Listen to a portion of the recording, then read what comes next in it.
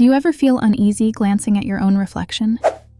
That subtle, irrational fear hidden deep in your consciousness whispers that maybe, just maybe, the face staring back at you is watching, waiting. Let me tell you a story, my dear, about a mirror unlike any other. Welcome to tonight's episode of Echoes of the Dark. My name is Violet Nocturne, and I'll be your guide as we descend into the labyrinth of fractured images and overlooked warnings. Tonight's story is called The Forgotten Mirror. Once, there was a woman named Danica, a collector of the rare and the peculiar. Her apartment was an organized chaos, filled with strange artifacts and antiques that seemed to carry whispers of the past. But there was one treasure she coveted above all else, a mirror known only as the Vesper Looking Glass, rumored to have been crafted by a reclusive artisan from Venetian glass, and imbued with an extraordinary curse. No one knew how or why, but it was said that those who owned the mirror eventually vanished. Now, my darling, think about this. What compels a human to court their own downfall? Is it greed, curiosity, or the sheer arrogance of feeling untouchable? Danica found the mirror at an obscure auction, its surface tarnished and edges worn. Yet, it called to her, a silent promise of prestige, mystery, and danger. Of course, nothing in life is truly silent, not even a mirror. When she brought it home, the atmosphere in her apartment shifted. Have you ever walked into a room and instinctively felt unwelcome? That suffocating sensation that you're trespassing against something older, darker? That's what Danica felt the moment she hung the Vesper Looking Glass. Yet, she dismissed it. Mistake number 1. Wouldn't you agree? Days turned to weeks, and the mirror seemed to grow clearer, more vibrant, as if absorbing her vitality.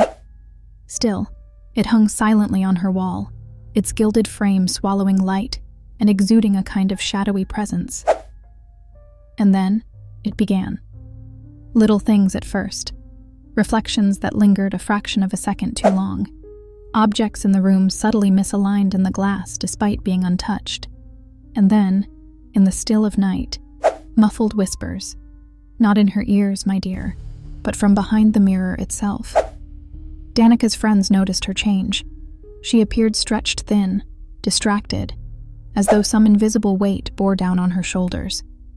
They urged her to sell the mirror, or, at the very least, cover it. But she refused. This was mistake number 2. You see, she had started talking to the reflection. Not her reflection, but the other. It listened, responding not with words but with gestures that mimicked unnatural intimacy. The loneliness she didn't even know she harbored was charmed by its dark allure. One night, the whispers turned into voices, clear and commanding. Unearth the truth, they implored in tones that resonated from within the very core of her mind. Compelled by an insatiable curiosity, Danica ran her fingers along the edges of the mirror's frame and discovered what she thought was a latch. With trembling hands, she pressed it, and the mirror swung forward to reveal a hollow compartment filled with aged photographs and blood-stained lace gloves, artifacts of the mirror's previous owners. Their faces looked horrified, trapped mid-scream.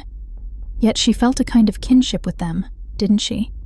Isn't it tragic how spirits of the lost find comfort in shared misery? After this discovery, Danica began to hear her name whispered. You belong here, Danica. The mirror cooed softly. Its reflection grew darker hourly, as though the glass was dissolving into obsidian with her soul as its price.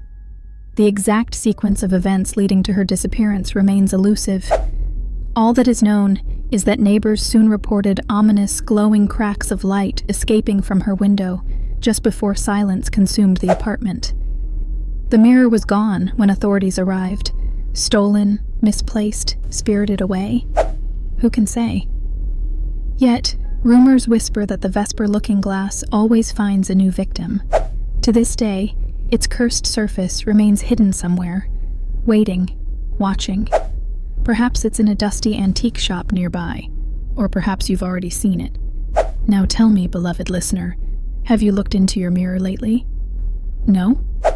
Well, perhaps you should. but tread carefully. They say certain mirrors don't just reflect, they remember. Good night, and may your dreams be merciful. Until next time, this has been Violet Nocturne, guiding you through echoes of the dark. Rest, if you dare.